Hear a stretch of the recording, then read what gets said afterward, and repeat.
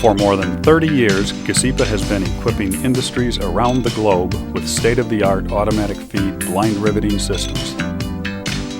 The GAV 7000 system consists of a console and tool head connected by a 12-foot umbilical hose. Contained within the console are a vibratory rivet feeder, a pneumatic hydraulic power unit, and the electronic control system which monitors all critical functions. GAV systems are equipped with a pistol-type tool head for manual operation. They can also be equipped with a robotic or inline tool head for integration into fully automated applications. Operation of the GAV is simple. Rivets are loaded into the vibratory feeder through the top of the console.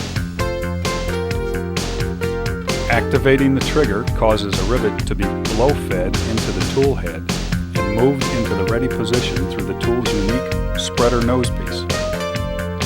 At the same time, the mandrel from the previously installed rivet is returned to the console via a vacuum-assisted mandrel collection system. Spent mandrels are neatly housed in a receptacle within the console, which slides out for easy emptying.